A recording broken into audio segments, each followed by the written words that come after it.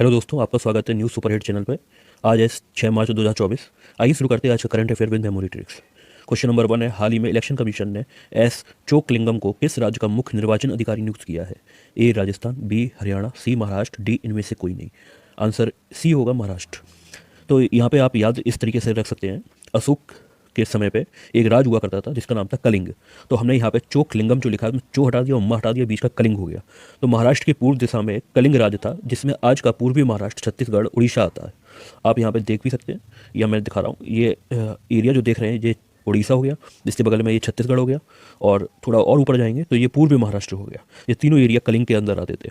तो इसको याद रखने का यह है, जब चोकलिंगम देखेंगे तो चोकलिंगम में चो अम्मा हटा के कलिंग आ जाएगा। कलिंग को आप याद रखेंगे महाराष्ट्र के पूर्व हिस्से में, ये महाराष्ट्र इसके पूर्व हिस्से में कलिंग पड़ता था।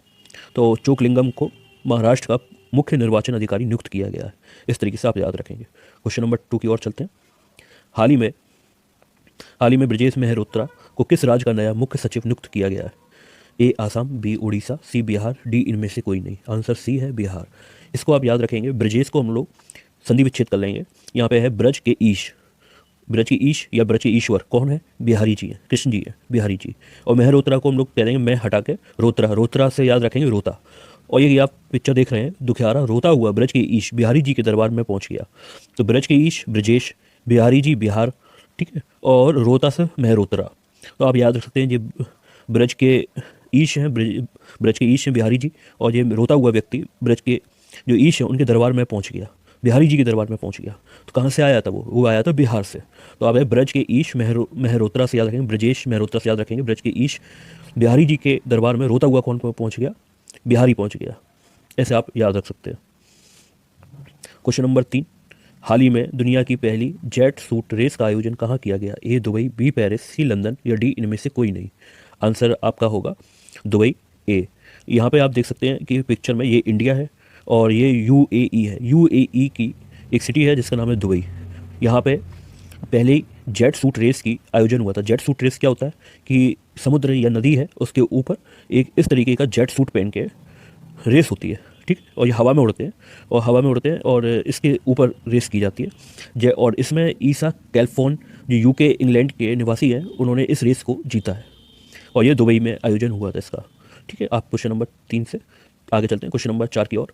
हाल ही में किस राज्य सरकार ने इंदिराम्मा आवास योजना शुरू करने की घोषणा की है? ए केरल, बी तेलंगाना, सी तमिलनाडु, डी इनमें से कोई नहीं। आंसर बी तेलंगाना है। इसमें याद रखने का तरीका ये है कि इंदिराम्मा को हम लोग संधि विच्छेद कर लेंगे, इंदिरा प्लस अम्मा, और तेलंगाना का हम लोग मान लेंगे तेल लगाना। तो यहाँ देख सकते हैं कि झोपड़ी है, झोपड़ी के बाहर ये इंदिराम्मा बैठी हैं, वो बच्चे को तेल लगा रही हैं। तो याद रखने का तरीका, इंदिराम्मा अपने आवास के बाहर बैठकर बच्चे को तेल लगा रही है। तो जब ऊपर लिख के आएगा इंदिराम्मा आवास योजना, तो आवास से याद रखेंगे घर, इंदिराम्मा बाहर बैठी है, बच्चे को क्या लगा रही? तेल। तो तेलंगाना से याद हो जाएगा इंदिराम्मा आवास योजना। क्वेश्चन नंबर 5 की ओर चलते हैं। हाल ही में बिम्स्टेक्स का 5 दिवसीय संकाय विनिमय कार्यक्रम कहाँ शुरू हुआ? A Colombo, B Dhaka, C Kathmandu, D इनमें से कोई नहीं। Answer B Dhaka. इसको याद रखेंगे इस तरीके से। आपको एक चीज़ बताता हूँ, बिम्स्टेक जो है वो दक्षिण पूर्वी एशिया के देशों का ग्रुप है, जिसमें बांग्लादेश, इंडिया, म्यांमार और श्रीलंका, थाईलैंड, भूटान, ये सारी कंट्रीज इसके अंदर आती हैं। अब याद रखने का तरीका क्या है? बिम्स्टेक्स में बिम को ले लेंगे। बिम का मतलब हमने मान लिया बम्ब। बम्ब फटा तो क्या हुआ? हमने सबसे पहले अपना सिर को ढका, ढका से याद रखेगा ढाका। और दूसरी चीज़ ये भी है, जो इसमें कंट्रीज हैं उसमें सबसे पहले बी आ रहा, बी से आएगा बांग्लादेश, और बांग्लादेश की कैपिटल ही है ढाका। और यहाँ पे जो संकाय विनिमय कार्यक्रम हो रहा है उसको इंग्लिश में कहेंगे फैकल्टी एक्सचेंज प्रोग्राम। आइए क्वेश्चन नंबर 6 की ओर चलते हैं। हाल ही में मूडीज़ ने 2024 में भारत की वृद्धि दर कितने प्रतिशत रहने का अनुमान लगाया? ए 6.5%, बी 7.9%, सी 6.8%, डी इनमें से कोई नहीं। आंसर है सी 6.8%। जो मूडीज़ है ये अपना जो अनुमान है वो लगातार चेंज भी करता रहता है, इसलिए ये अभी आंसर 6.8% है। हो सकता है आगे की प्रोग्रेशन को देखिए इंडिया की, वो अपना जो अनुमान है उसको चेंज भी करते हैं। और अलग अलग जो कंपनीज हैं या अलग अलग जो स्टैंडर्ड्स वाली जो अनुमान लगाती हैं कंपनियाँ, उनका अलग अलग आता रहता है प्रतिशत, ठीक है। तो मूडीज़ का ये है 6.8 हाल फिलहाल का। क्वेश्चन नंबर 7 की ओर चलते हैं। हाल ही में भारत के पहले स्वदेशी प्रोटोटाइप फास्ट ब्रीडर रिएक्टर की शुरुआत कहाँ हुई है? ए तमिलनाडु, बी पश्चिम बंगाल, सी आंध्र प्रदेश, डी इनमें से कोई नहीं। Answer A Tamil Nadu. अब यहाँ पे आप देख रहे होंगे, यहाँ पे लिखा है ये जो ब्रीडर है वो 500 मेगावाट का फास्ट ब्रीडर परमाणु रिएक्टर है।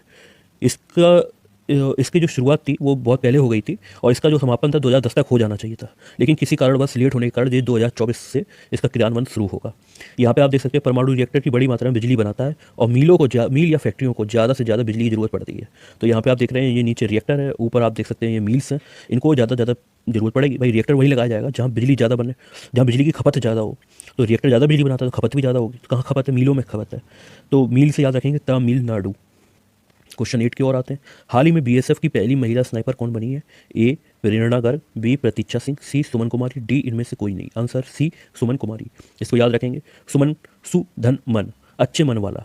ठीक है, अब इसको क्या करेंगे, जो सुमन है वो स्नाइपर है, उसने एक शॉट मारा, एक गोली मारी और इनका मन शांत हो गया। ये बहुत विचलित मन के थे, इनका मन शांत करने के लिए सुमन ने स्नाइपर से एक गोली मारी। आप हेड शॉट देख रहे हैं, इससे क्या हो गया, इनका पड़ा और इनका मन शांत हो गया। मन शांत किसने किया? सुमन ने किया। ठीक है, कि स्नाइपर ने कहाँ गोली मारी? सिर में मारी, बीच में मारी, इससे मन शांत हो गया। मन शांत हो गया तो ये मन शांत किसने किया है? सुमन स्नाइपर ने किया। ये बीएसएफ की पहली स्नाइपर बनी है। इस तरीके से आपको याद हो जाएगा। Question number 9। हाल ही में आईसीसी विश्व टेस्ट चैंपियनशिप रैंकिंग में कौन शीर्ष पर रहा है? A England, B Bharat, C New Zealand, D इनमें से कोई नहीं। आंसर है बी भारत। आइए क्वेश्चन नंबर 10 की ओर चलते हैं। हाल ही में किस राज्य की सिल्वर फिलिग्री को जीआई टैग मिला है? ए उड़ीसा, बी महाराष्ट्र, सी पश्चिम बंगाल, डी इनमें से कोई नहीं।